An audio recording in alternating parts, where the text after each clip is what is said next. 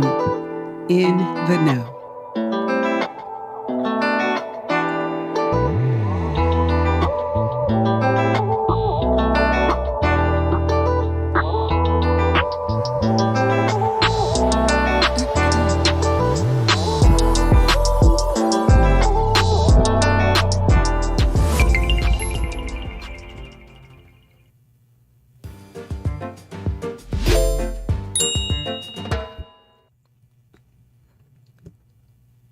Welcome. Thank you for being with us. I'm Miss Jill, and this is In the Know. We have two special guests with us this evening.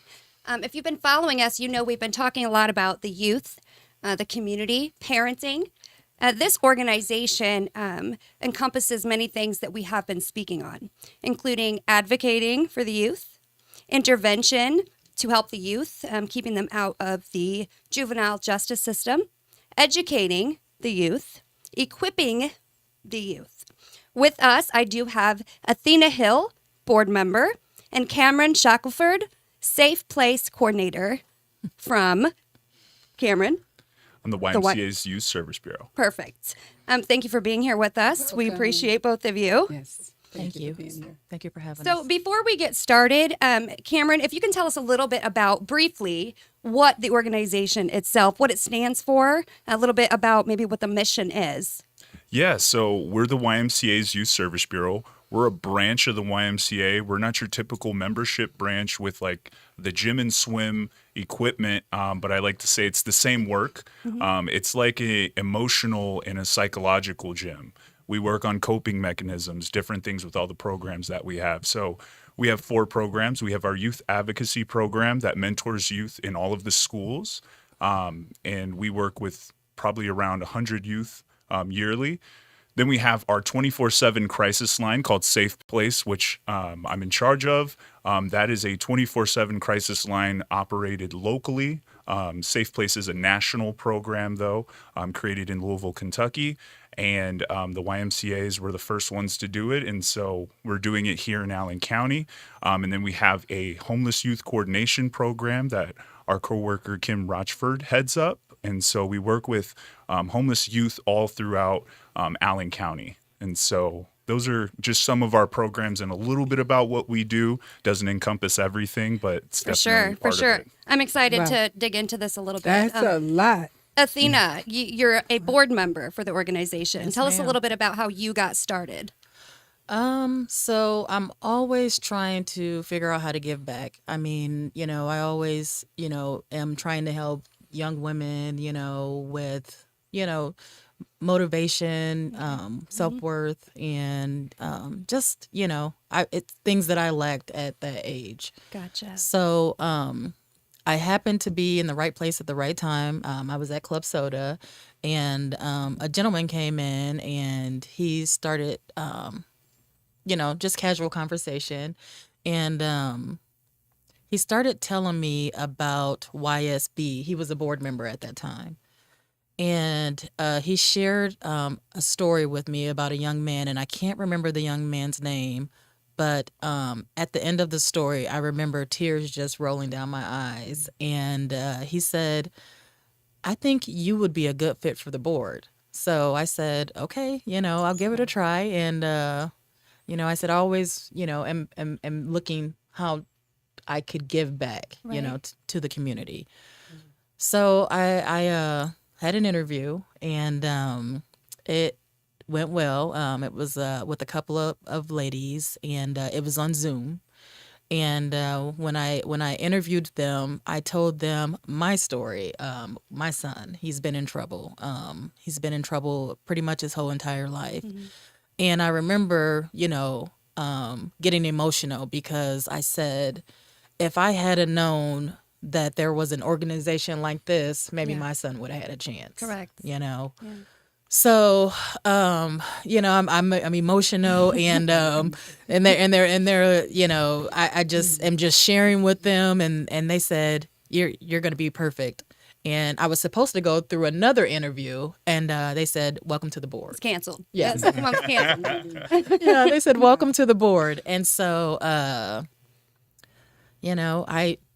it's been beautiful. I'm on the engagement the engagement part where we engage with the youth, and where we find speakers that come in, positive speakers, influential, empowering, Okay. and we have them sit down with a handful of youth and kind of tell their story and how they got started on whatever journey that they have, been into.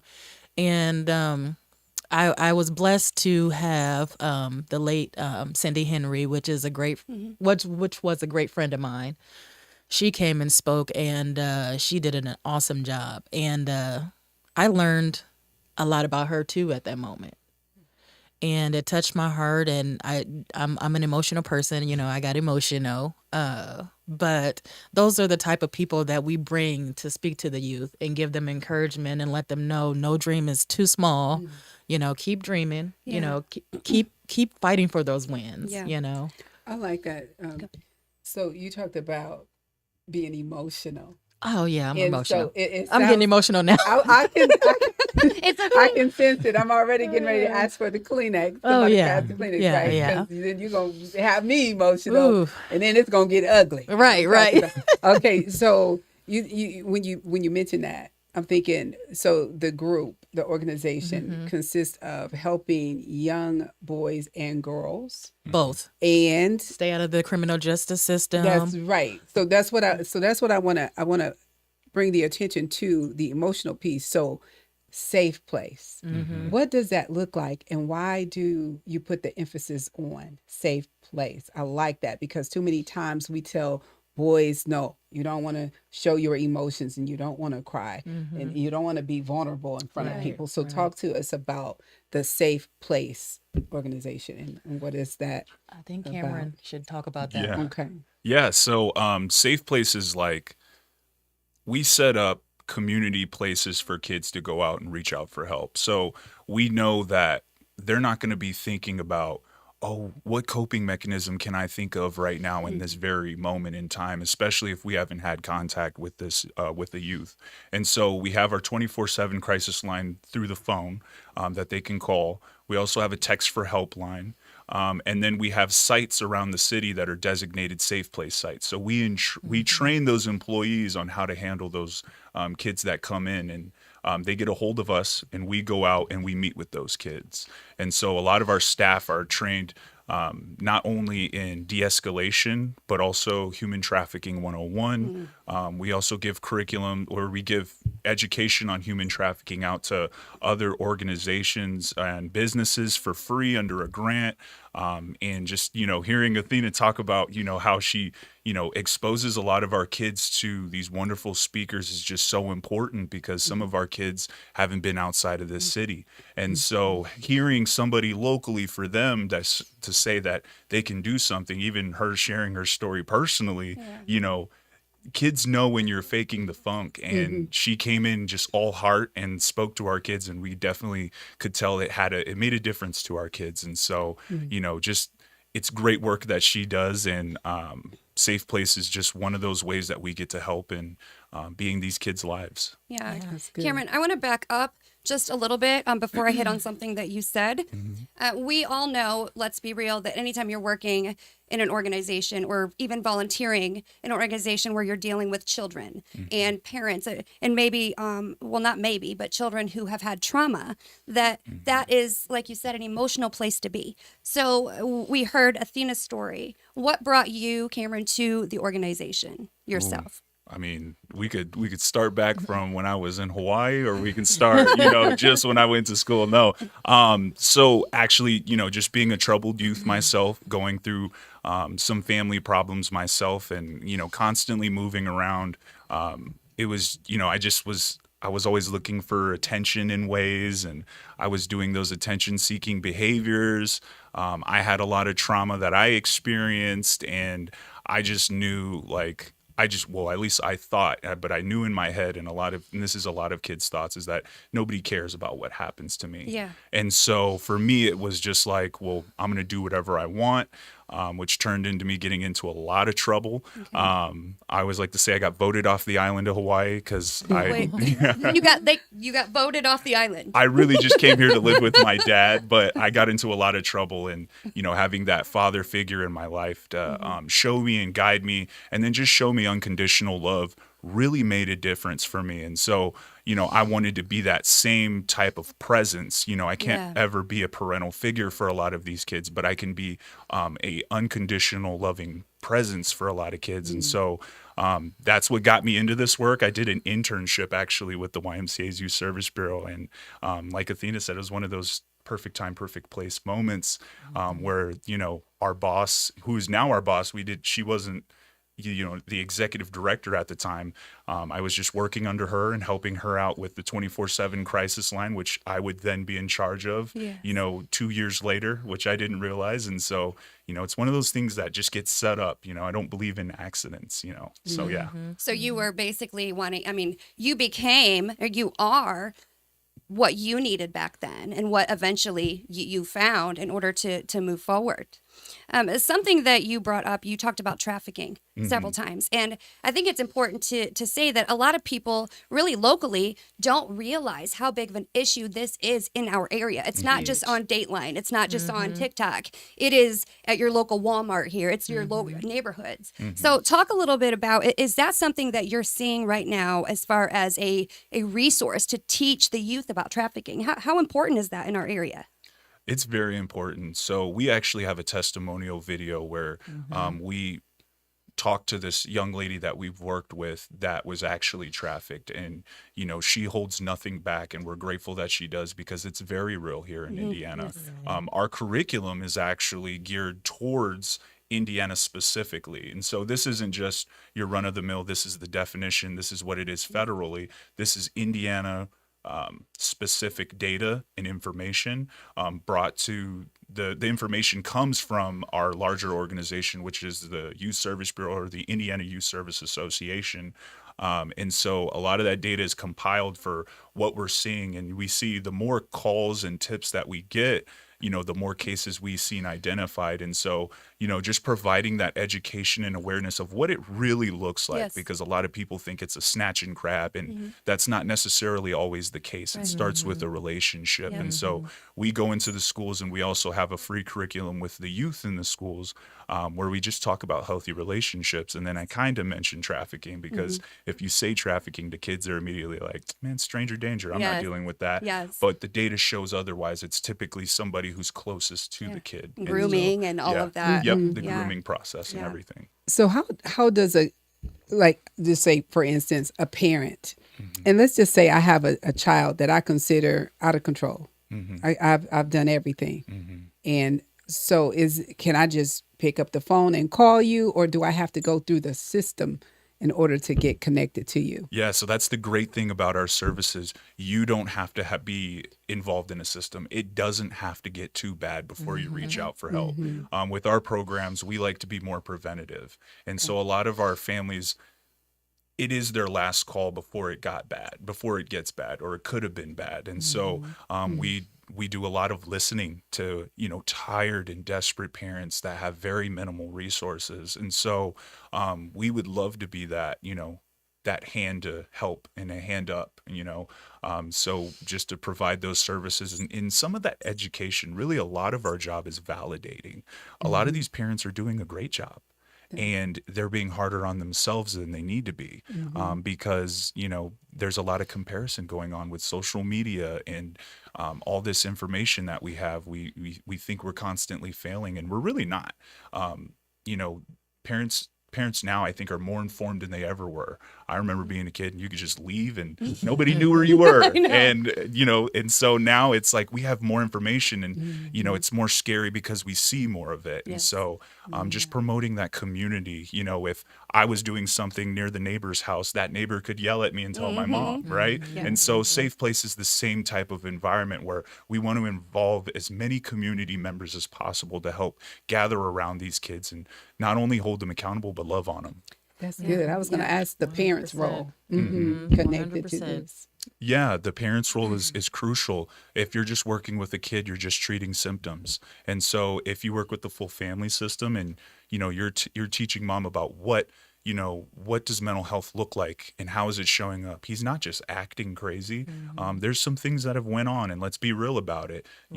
You're getting better, but we do have to address that thing that we messed up in the past, right? To move forward. Sure. And it doesn't mean that you're not forgiven. We just have to address it and talk about it so that, your child can express themselves. And so, the monsters aren't as scary as they are when you shine a light on them. Right, right. As far as the involvement with the community, you mentioned that. What kind of support do you think the community as a whole supports the organization? Are you asking like So I know that you need volunteers. I know that you need Yes. donations. So when I say does the community support, we're quick to complain about the youth. They're not doing this. The parents are horrible. The kids are so bad these days. But very rarely the ones who are complaining are contributing to anything to help the problem. Yeah. So as far as when you guys have events or volunteers, donations, what does the support look like from the community as a whole? Yeah, and so the support, it's multiple ways. So you can get involved through at least the Safe Place program, through volunteering. We do site checks where we go to all of our 61 sites here in Allen County, and we just check to see if they're up to date, if they still know how to, answer these cases that come in. We also have our Fort Wayne Sings annual fundraiser coming up. It's a really huge. good time. Yeah, It's a huge. huge Yeah. event. Is that September? Thanks to board members like Athena and everyone else that this event has grown to where it's at. And so it's in September on the 17th. It's a Tuesday. And so, after work, get a little cocktail in and support a local organization. I can't think of a better time. Where is it located this year? I believe it will be at the Clyde. Clydesdale. Again. Yes. Okay. If not, we'll have the corrected flyer pulled up or something like Right. that. Yeah. And then, did you tell them about the sponsorship where you can purchase tables? Yeah, I was going to say, Yes. can you Okay. talk about that event Yeah. just a little bit? Yeah. we- So Fort Wayne Sings is where we have, multiple singers come out and they get sponsored. And so if you're a person with talent that wants to showcase their talent on that day, you can volunteer that way. If you want to purchase a table, you and your family members can go in on it and have a table at the event to support our organization, sponsors, volunteering, helping out with, setting up, things like that. That's what would be available at that event. It's so far out that everything's kind of Yeah, right. So Right. Fort Wayne Sings, is there an audition or anything or? I think maybe. I think it's more through connection. Right, We had a right. guy Okay. that rapped. One of our kids was rapping one time, and so it's more of like, that person made. So yeah, we have somewhat of an audition. Maybe sometimes the streets will speak for themselves, and they'll say, Okay. "This person is good." Okay. Yeah. And that's what I was going to ask you. Is there an age limit or, what we got up there? I Up to 70? I mean, who's on the stage? Yeah. We going to see. age limit, but That's fun. gotta bring your A game. If someone's good. watching and they say, I want to help, I want to volunteer, how would they go about doing that? The first step. Yeah, if they want to help or volunteer, they can call our office or just show up. We're 3701 South Calhoun, right across the street here. And then we're also, our phone number is 260-449-7511. You can give us a call, visit our website, fwymca.org/Youth Service Bureau, and just look at some of the things that we have to offer. And if, you're still interested, come stop by and see what we're about. That's good. Also, too, we are still looking for, people to speak to the youth as Okay. well. Mm-hmm. So I had the pleasure of being one of the speakers, and I shared with them my whole life story, and they just, they listened and they understood, and they know that, everybody goes through struggles. Yeah. You just got to get back up. I think when you're in a That's good. position such as yours and yours, Cameron, you have to be transparent. And not everyone is. But I think that especially for the youth, if they can look at you, Cameron, and you tell them that you got kicked out of Hawaii, and you tell them your story, your struggle, your trouble, and then they look at you as somebody who's in the position that you are in now to help, that is inspiring. That's very inspiring. Same for you. When you share your story, you were quick to say, my son was in trouble. He was in trouble a lot. So when you share that about your son and about yourself, it allows the youth to connect to you, not just the youth, but adults. So I think transparency is very admirable and necessary. Absolutely. For sure. We know that, like I said, it's an emotional position. You see a lot, you feel a lot. Starting with you, Cameron, what do you do to unwind? I heard you say earlier that you can't wait to get home and eat a steak that your wife made. So let's talk about, starting here, what you do to unwind, to kind of recharge. Yeah, I do a lot to unwind and recharge. For one, my wife is also in the mental health field, and so we've been talking to people all day, and so we kind of go into separate rooms and give each other space for a little bit, debrief, and then come together and love on each other. But even after that, make sure I have a workout routine, regimen, and just giving myself a schedule so that my chaos can only exist in my job. Yes. And outside of that, everything else is regimented. Yes. Do you think that's important? Very important, because that trickles over. Okay. That's good. Gotcha. Athena, so as far as your hobbies or what you do to unwind, I know you have something sitting in front of you. So tell us a little bit about what you do to unwind and what you have there that you brought with you. So food is my passion. I'm very passionate, obviously, about the youth and making a difference for them. But food is my coping mechanism. It calms me down. I don't even have to have music on. I'm just in the kitchen, just doing my thing. Just, my husband gives me my space so I can just play around with different recipes and spices.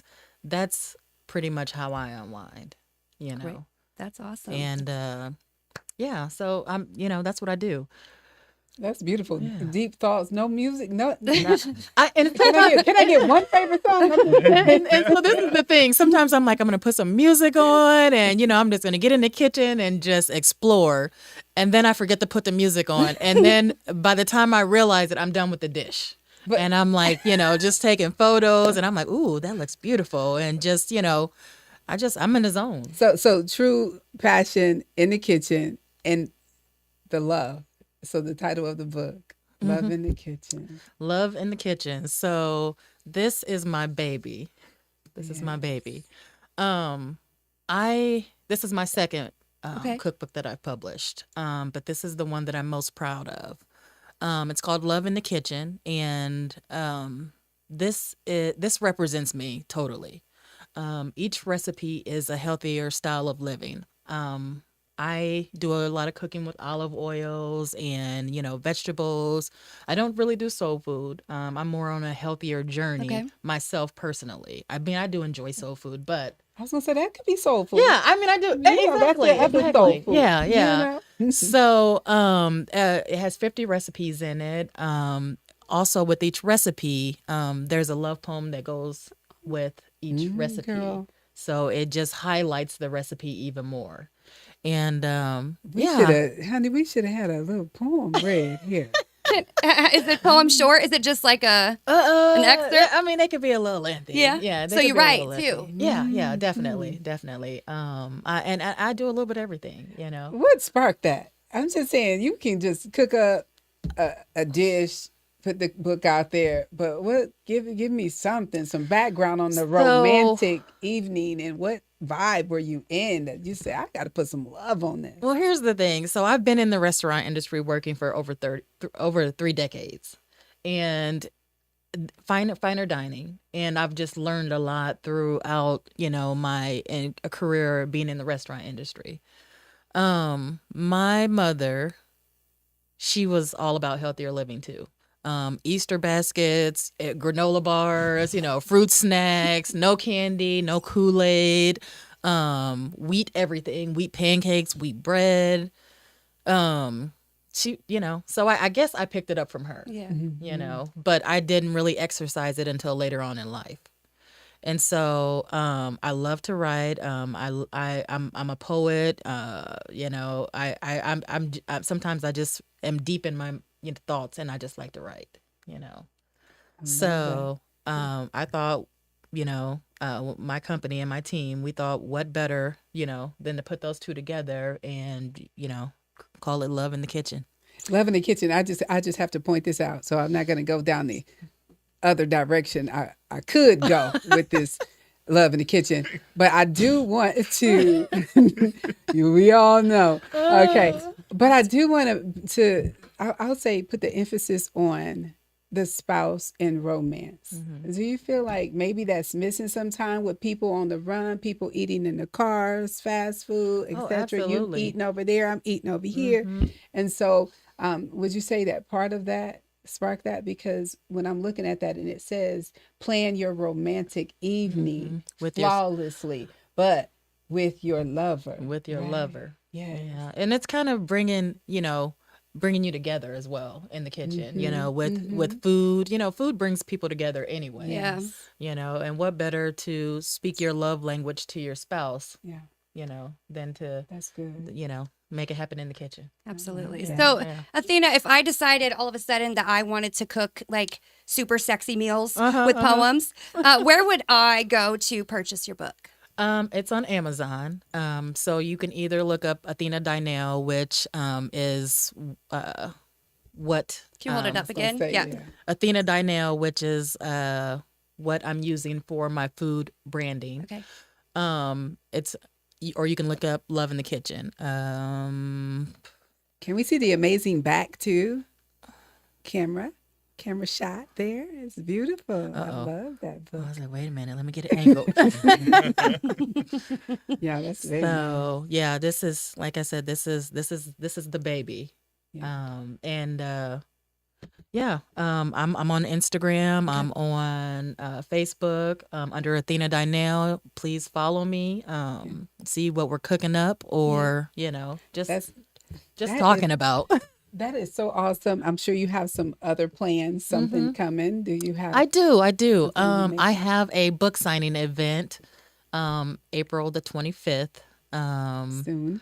Yep, it's this month. I'm a little nervous, but Invite us to that. yeah, too, please. absolutely. I sent the invite. So yep, everyone here is definitely invited. YSB will be in the building also. We will be having a silent auction, and part of the proceeds from the silent auction will be donated to YSB. And where would that be at? Club For our Soda. listeners. and Club viewers. Yeah, it'll be Okay. at Club Soda. It's by invite only. So Oh. please reach out to me if you would like to attend, Okay. and I would definitely extend an invite. Okay. Awesome. Amazing. If we were to all come over for dinner, what would you cook out of that I book? was What just is your gonna say, best? what's What your is your favorite? like bomb meal? What would you go to in that book? People always ask me, what's your favorite thing to cook? Food. But I would have to say lamb is my favorite. Lamb Okay. is my favorite. I'd come over for that. Mm-hmm. Very good. Yep. Lamb, seafood, steak, just Great. a little bit of, I love food, so, Well, congratulations on You the love it. second book. Thank And you April so much. 25th, book April signing. 25th. September 17th is the other event, Fort which Wayne you'll Sings. have more coming up Oh, as far absolutely. as information on that. We will share that as well. We do want to thank both of you for being here and also for everything that you do in the community. Absolutely. I know when someone is an advocate in the community, sometimes it feels like you're just not doing enough. But being here, being transparent, being present, and being, caring about the youth is that's what we need people to do. Yes.